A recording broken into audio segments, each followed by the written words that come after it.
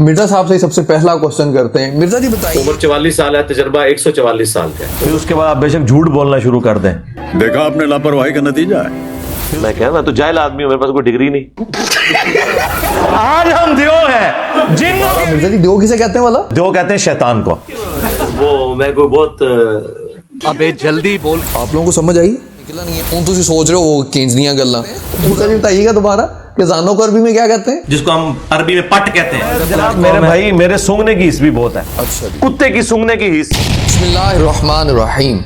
आज हम मिर्जा इंजीनियर के साथ रैपिड फायर लेके आपके पास मौजूद हैं और रैपिड फायर के अंदर मिर्जा को हम जानने की कोशिश करेंगे कि मिर्जा साहब असल में हैं क्या। तो मिर्जा साहब की हकीकत जानने के लिए मिर्जा साहब से सबसे पहला क्वेश्चन करते हैं। मिर्जा जी बताइए कि आपकी उम्र क्या है और तजुर्बा कितना है आपका? मेरा एक्सपर्ट ओपिनियन है, मेरी 44 साल उम्र हो चुकी है और मैंने ज़ाहिर दुनिया एक देखी है। उम्र 44 साल है, तजर्बा 144 साल का है। उम्र 44 साल है, तजर्बा 144 साल का है। वाह जी वाह, क्या बात है। 44 साल उम्र है और 144 साल जो मिर्जा साहब का तजर्बा है। मिर्जा जी 44 साल ਤੇ ਤੁਹਾਡੀ ਆਪਣੀ ਉਮਰ ਹੈ। 44 ਸਾਲ ਦਾ ਤਜਰਬਾ ਤੇ ਸਮਝ ਆਂਦਾ ਹੈ। ਬਾਕੀ ਜਿਹੜੇ 100 ਸਾਲ ਨੇ ਇੰਜ ਲੱਗਦਾ ਹੈ ਜਿੱਦਾਂ ਨਾ 50 ਸਾਲ ਦੇ ਕੋਈ ਦੋ ਤਜਰਬੇ ਤੁਸੀਂ ਕਿਸੇ ਹੋਰ ਦੇ ਲਏ ਨੇ।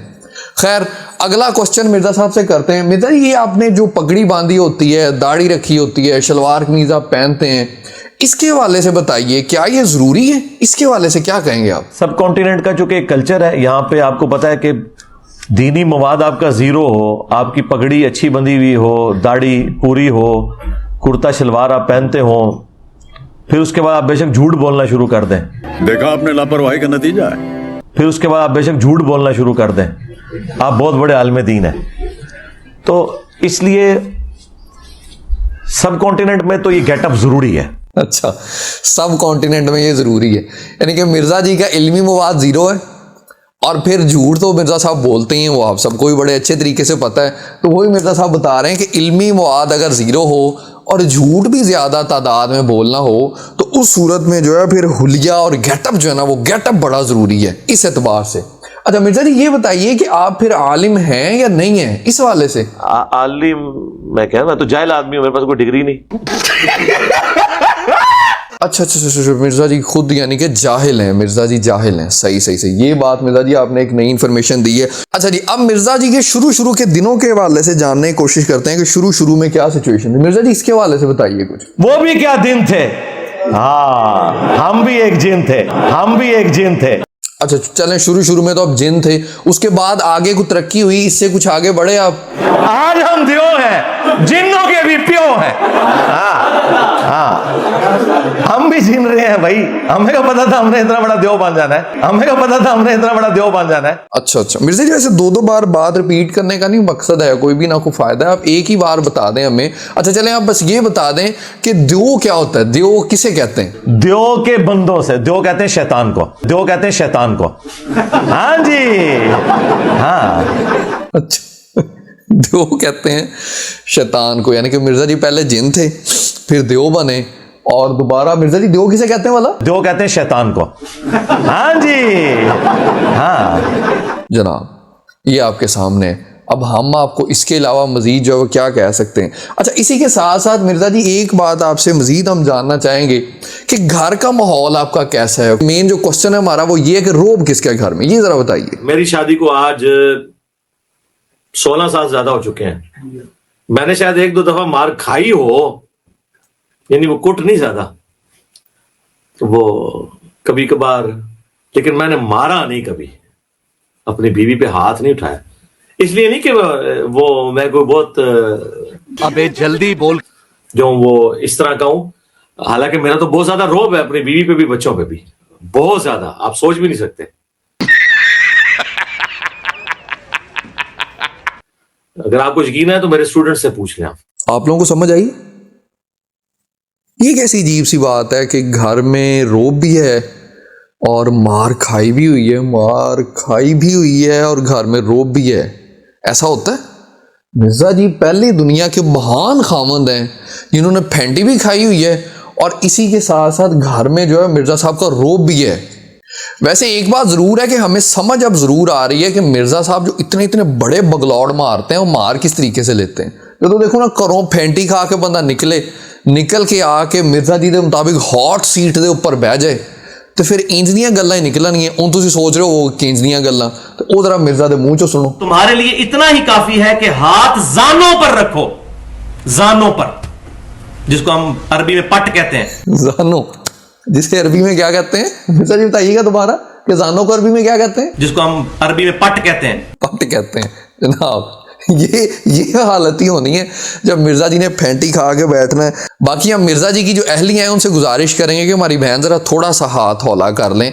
आप फेंटी लगा के भेज देती हैं इसको, फिर बेचारा आके बैठ के ऐसी ऐसी बोंगियां मारता है और फिर इतनी इतनी देर तक जलील होता रहता है, जैसे अब ये जानों को अरबी में पट कहते हैं, इस वजह से जलील हो रहा है। चलें खैर, अब बस मिर्जा जी हम चीज़ों को क्लोज करने की तरफ जा रहे हैं। आप अपनी कोई खास सलाहियत जो आपके अंदर मौजूद है उसके हवाले से ज़रा हमें कुछ बताइए।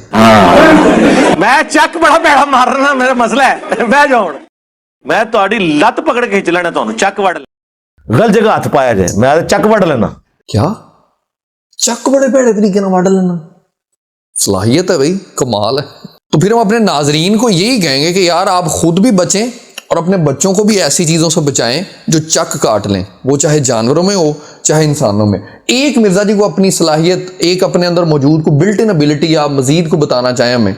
आप इशारतन बात करते हैं और मैं सूंघ के मैंने उसको क्लिक कर लिया। आपको पहली बार तो नहीं मुझसे पूछ रहे ना सर, मैं स्टार्ट नहीं कर रहा था कि आपकी एक नहीं, वो मैं जनाब मेरे प्लेटफॉर्म है। भाई मेरे सूंघने की हिस्स भी बहुत है। अच्छा जी, यानी कि मिर्जा जी की सूंघने की हिस्स जो है वो बहुत ज्यादा तेज है। और ये सूंघने की हिस्स मिर्जा जी ये भी बता दें कि सबसे ज्यादा सूंघने की हिस्स किसकी होती है? इंसानों से ज्यादा जो सूंघने की हिस्स है वो किसकी होती है, ये जरा बताइएगा।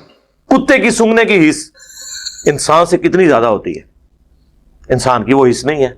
आप इंसान ये कहते हैं इंसान कुत्ते से भी क्या गुजरा है? कुत्ते की सूंघने की हिस्स जो है वो इंसानों से कितनी ज्यादा होती है, हम अपने नाजरीन से भी और सामईन से भी आखिर में इतनी सी गुजारिश करेंगे, ये मजाक की सूरत के अंदर आपके पास इस चीज़ को लाने का मकसद सिर्फ इतना सा है कि इस बंदे की हरकतें मुलाहजा कीजिए कि किस कदर ये बेचारा जो है वो इल्मी पस्ती का शिकार है।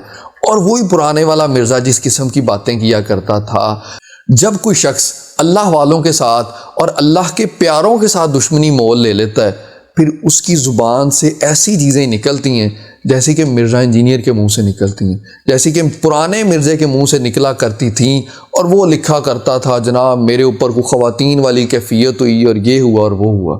इतनी सी गुजारिश है, खुद भी बचिए और अपने बच्चों को भी बचाइए ऐसे शख्स से जो कि खुद अपने शैतान होने का इकरार भी करे और इसी के साथ साथ उसके अंदर उनके वाली दो खसूसियात भी मौजूद हों, जो चक भी काट लेते हैं और जिनकी सूंघने की हिस्स भी बड़ी तेज़ होती है।